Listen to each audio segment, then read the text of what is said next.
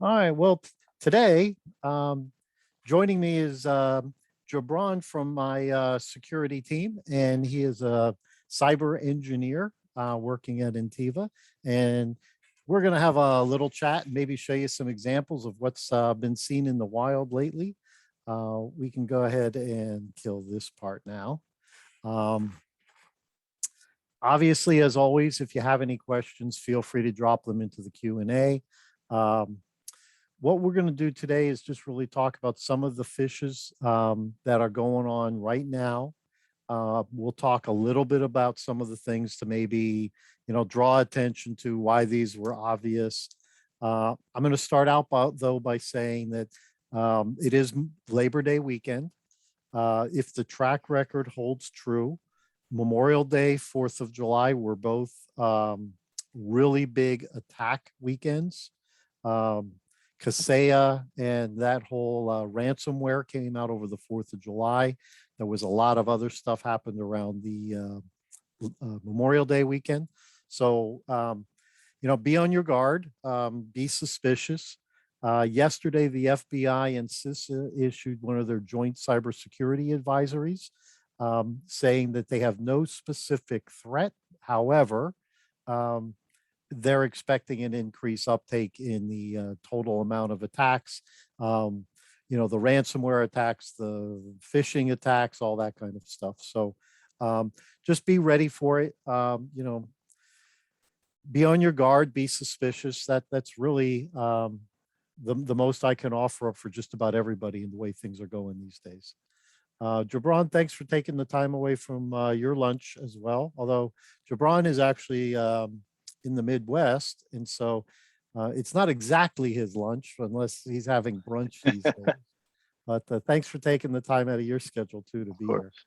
Yeah. Chime in on anything as I bring some stuff up. So um, I am going to share some. It's a Word document, and I'll apologize if I need to zoom in or do anything with it. Drop it in the chat or the Q&A. Um, but I do want to show some examples because these are things that are actually happening right now and have been kind of around. So there aren't too many new things going on. It's we tend to see some of the same things kind of get rehashed a little bit. Jabran, you want to talk about that BuzzFeed one you were mentioning while I go ahead and get this Word document going?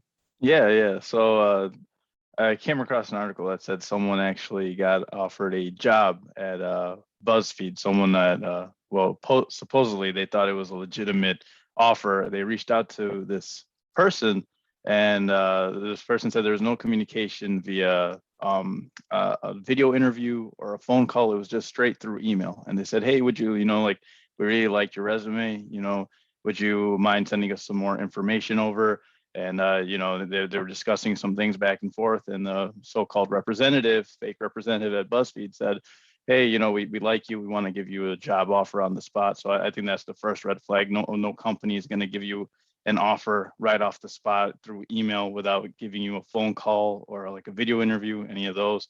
So they gave them that offer, and the person kind of hesitated to give that information out because what they requested after was like, "Hey, send us your social security, your home address, your personal information." And like I said, there was no phone call or formal interview process. No one reached out to them via like a real human being. And the funny thing is they're actually referring them to the IT and HR departments through LinkedIn. So they're doing their due diligence and going through learning about this different departments and representatives at BuzzFeed, and then saying, "Yeah, hey, this is our IT director or a person at IT that's going to reach out to you for further information. We just need your social security number, your home address, your bank account information."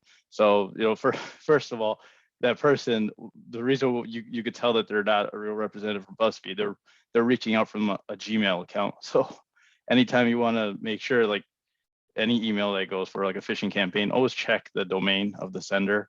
They're not going to be sending you job offers or anything like that from Gmail or personal accounts. It's always going to be from the legitimate domain name. Like ours is Intiva. So you'll see like Jabran.Shaquille or ShaquilleJ at Intiva.com. So in this case, person wasn't giving like a real BuzzFeed domain name. It was just like XYZ at gmail.com. So found that to be a bit funny. And that person did a good job by not responding with any of the information. So Yeah, if you've been following anything, there is a ton of activity in the job market these days. Oh yeah, Um, yeah, People are all over the place. You know, there's a lot of pent up COVID demand, really.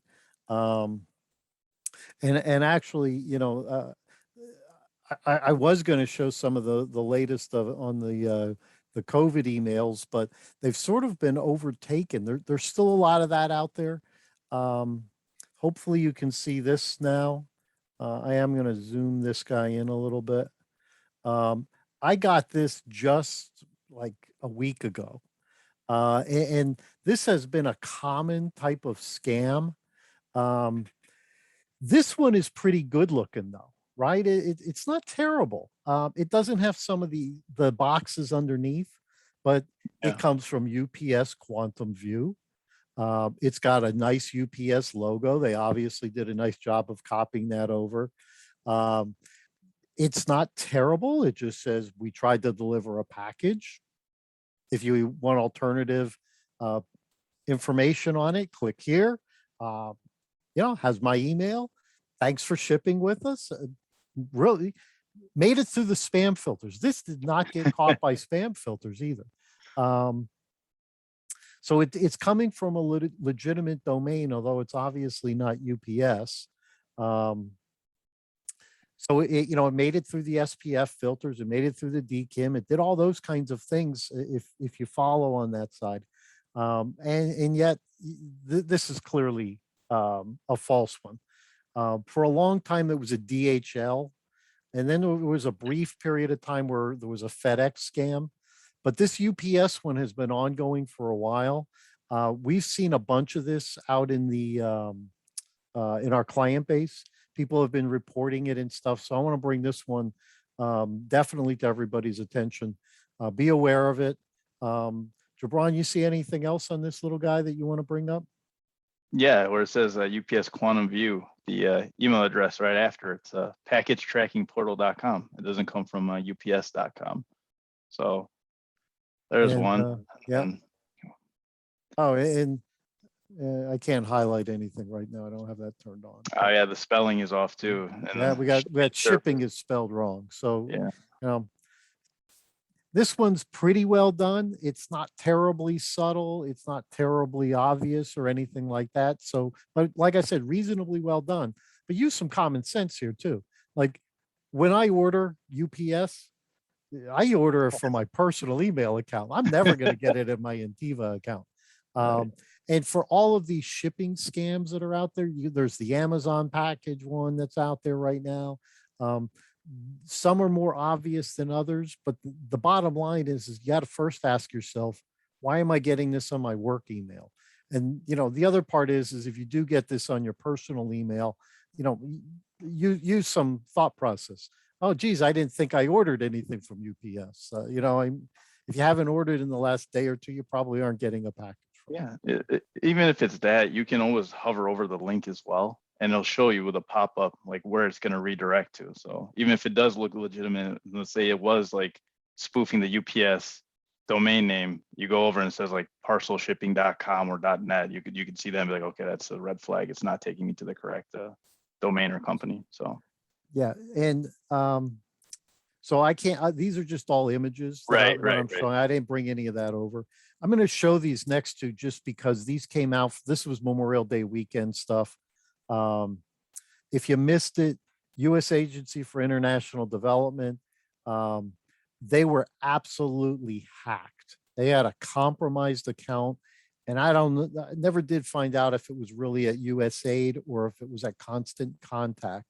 But they were using Constant Contact to send out newsletters, and it was a newsletter account that basically is the one that got hacked. Now, this one didn't go completely mainstream. Um, it was more targeted. It went to a bunch of NGOs. It went to companies and organizations that had military and government affiliations. Um, Also went to some nonprofits. So it was a little bit less than your kind of typical total volume. But um, this is, again, just to draw attention. This is from the Agency for International Development. You would not expect them to be sending you Donald Trump documents. And under any circumstances, whether you agree, don't agree, nothing associated with it, there is no reason in the world that they were going to publish these kind of documents. But this was an emotional thing, right? Um, this was purely a case of whether you like Donald Trump or you despise Donald Trump, you were probably going to go, Trump documents. Oh, I'm going to go click on that. And what made this particularly bad and why I want to bring it up, this had no ability by technology to be caught. Absolutely zero. It was from a valid account. It came through a valid sender, which was Constant Contact, which when you did the reverse lookups and did all those kinds of things, the Agency for International Development was using it. It was in all the systems and perfectly allowable. There was no malware other than the visit our website and, the normal Facebook, Twitter kind of links down here. This is it. These were the only links. The visit our website link was legitimate. In the email below it, it did have the, unsubscribe and those kind of things. Those were all legitimate links because they came from Constant Contact. The problem came in if you said view documents. Now, the view documents link itself did not cause any alerts either. So if you ran it through a sandbox and checked it, it would show up as, okay, that went to wherever it went to. I don't even remember where it was. The problem is that the file that got downloaded was an ISO image. And for those of you that don't know, basically when you click on it, that's the equivalent of you could mount it as a drive. It's the same thing if you think back to ISO image as well. So basically it's kind of like mounting a drive image at the same time. You would mount the drive image, and at that point, when you tried to click anything within the image, it was going to execute malware, and it was actually going to do. I think this one included Cobalt Strike as part of the malware. So, I mean, this was a real serious one, but there was absolutely no way that technology was going to stop it. At the same time it came out, they used the same set of accounts and everything else. Came out about the, and I think this even came through the same email portal. Looks real official, got lots of logos and stuff on it. And it included a download link, which I guess didn't show up in the screen capture that I did here. But looks real official, again, it was a little bit more targeted, so it didn't go out just plain and, cross to everybody. But much more, subtle. Now, this is going around right now. It came out to one of our clients August 11th. This is not even believable, but it's in the wild again. And I'm going to scroll, and I don't expect anybody to actually take any time to read it. But the bottom line is your classic. We have $2.8 million and it's here for the taking. And, we'll put $12,000 a day on your ATM card, or you can have a certified cashier's check. And it's got all kind of different things. Oh, if you want that. Even goes as far as saying, don't fall for this kind of stuff. Don't send money to anyone, right? But go ahead and send money to us. And here's our contact information. And you'll notice that Rachel, she might be a very fine individual, but she's got a Proton Mail account and she's working for the International Monetary Fund. I'll just kind of move this thing around a little bit. You can, peruse it. It's bad English. For those of you that have been around IT as long as I have, this is the Nigerian prince scam all over again. And by the way, the Nigerian print scam comes out every few months too, probably because somebody falls for it. But, no matter how you slice this one, this is so blatantly obvious, in my opinion, that it almost embarrasses me that I'm going to bring it up. I don't know. What do you think, Abdul? Yeah, Abdul. What do you think, Jabran? I I'm mean, reading. right there, the first thing was from subject. It says test at test.com, right?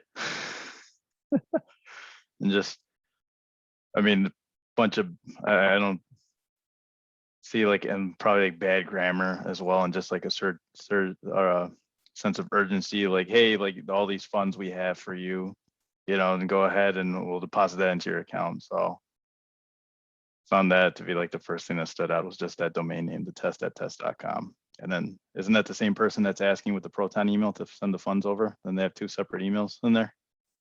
No, it's all one, believe it or not. Oh, really? Yeah, yeah. So it's kind of silly. Um, it included the second set of information as well. Yeah, so I mean, it wasn't even good. No, it's just a bunch of text, to be honest. Just Yeah. that's it. Um, we have a question. We received phishing emails from TechCrunch through a third-party bulk mail sender. TechCrunch.com is an SPF record and shows the third-party sender can send email as them. Yeah, the attacker was able to compromise another account at the bulk mailer and send legitimate SPF record verified. Yeah, so that's exactly what happened with the constant contact and USAID problem.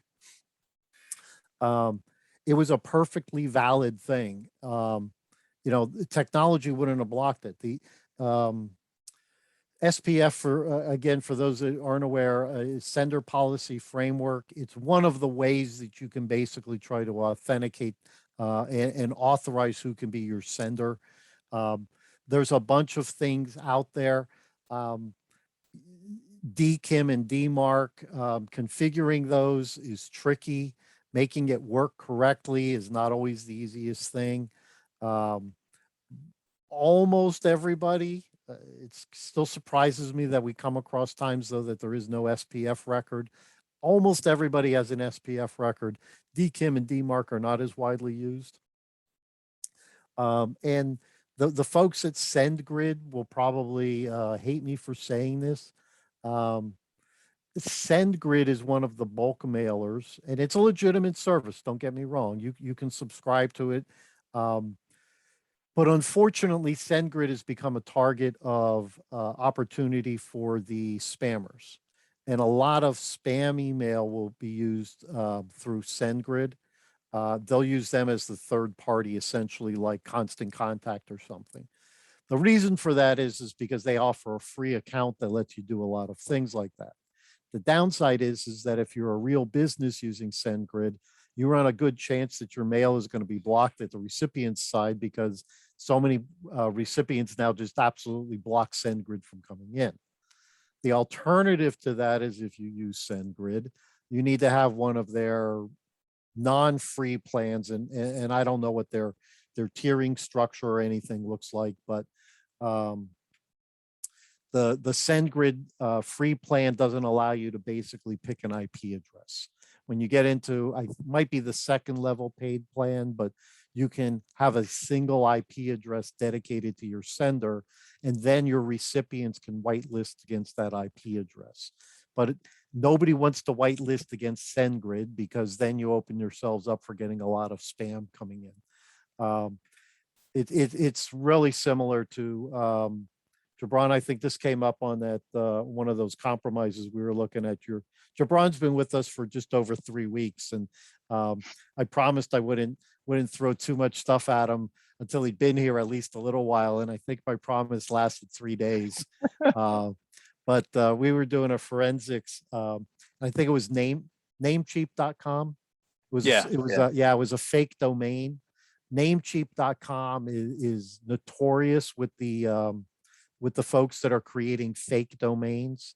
If your domain has a W in it, I created an equivalent domain but replace it with 2 V's. I replace lowercase i's with J's. I add lowercase i's, J's, those kind of things because they're hard to see. Lowercase L and I, right? That's hard. Ones versus L's. I mean, all those things go into fake domains. And if your domain name, by the way, is very long, subtle spelling errors, adding an extra letter or deleting one where you have duplicate letters. It's really, really bad, really easy for people to spoof your domain that way. And somebody also pointed out that the UPS scam didn't address it to your name, just customer. That's also true. Usually you will see some level of personalization. These general phishing, though, don't always, they don't always go to the trouble to even like personalize them to include your email. The UPS one at least included the personalized email as we got down towards the bottom of it. And the next one I want to show you, there's various versions of this, but the eFax one has been really prevalent in the last, I've seen a ton of them in the last 30 days, but it's been around for probably longer. Sometimes you will see this as a generic, you have received the fax, and it doesn't go to this quite level of sophistication. The alternative way that this one comes in is as a, you have a new voicemail. So with everybody working remote and your office voicemail system, grabs it as an MP3 file, emails it to you. Basically, they're trying to piggyback off of all of that. This one is out and out forgery. But again, if you look at it, it's not going to come directly from eFax. I don't think efax0.com is one of their domains. It looks reasonably like it's an eFax document. When they do send you one, you see this is kind of their logo. When you click on the button, however, it takes you to what is a very well done credential compromise page. And there's a ton of this going on, right? Dropbox has been a big target of it. There's fake Microsoft login pages. But this one, somebody went to a lot of trouble. It is copied. It's really professionally done. It's going to basically ask you to log in to get your eFax. And it came from this email. So you click here, boom, takes you to the compromised credential page. And now it's going to ask you for username and password. And I don't know what to say about that. At that point, you're giving away the keys to the farm. Yeah. You got anything you want to add about that, Jabran? I remember testing one of these phishing emails before. And there's like one that I received a long time ago. It was like a Walmart one. And I remember I was like, well, let's just see what happens. And like you go in, it's like a fake Walmart, set up completely just like you said, like this eFax website, 100% looks legitimate, everything. As soon as you go to input your credentials, right? So I just put in some fake stuff and nothing happens, right? You hit submit, it just refreshes the page. And the attacker, he knew actually that like, oh, I have someone. So what he did was he sent me that same email a bunch of times after, like 5 or 6 times, trying to get me to really input my credentials. So they know, they keep track of that stuff to see who's clicked on it, and they try to get you again, and by luring you, by sending that stuff again and again in hopes of you actually entering in your credentials. So yeah, they'll craft stuff just like this in hopes that you input your real information in there, and that's how you can say bye to all your like personal information, credit card information. That's how it ends up on the dark web. Yeah, and so we don't need to look at those things anymore. Not that you want to look at us anymore, that you want to look at an eFax page. The other thing that'll happen on these credential compromise pages, and I've seen this with both Dropbox logins and Microsoft logins. So the Microsoft login one is really kind of dangerous because so many companies use that as, you're using Azure AD, that gives you credentials to other things, but it will take you to a fake page. That page will grab your credentials at the point where you say, and then it's going to come back and say it was a bad login and give you another chance. Now, that's not really that much of an indicator, because if you're like me, I mistype my password a lot, especially right after I've changed my passwords. So what will happen when you do that is you go, oh, well, I must have just typed my password wrong, and you put it in again. But the redirect the second time is to the legitimate login page. So you will log into your Dropbox page, or you will log into your O365 account. You just won't see there the information that you were expecting, because it was like, hey, go here and there's a document for you to pick up or something like that. So they redirect you to the correct page, because at that point, then that gives you less of an indication that maybe you've been phished, because you just attribute it to I screwed up. It's not a big deal. Um, so be very conscious of that. If you get an email with a link and it's at all plausible, maybe you're even expecting something like that, avoid clicking on the link. Go to the web page and log in yourself. Um, Jabran, you want to just go through some just sort of general good hygiene, what to look for on these phishing emails, and then I'll wrap it up with the last couple of minutes with what we can do going forward. Yeah, sure. So always my tips are look and see the domain name, obviously, and sometimes, like you said, one of the attendees said, sometimes they can be spoofed and whatnot. So just continue to look through for like spelling mistakes, grammar mistakes, and if you get an opportunity for like a link, if there's a link in there, hover over it. Don't click on it if if it doesn't seem like it's suspicious at first, and you're like, oh, it's checking out. Just hover over the link. It'll show you the redirect page of the correct domain name and whatnot. So if it's like something that says like ups.com, but when you go over the redirect link, it'll be like I said, like parcelshipping.com.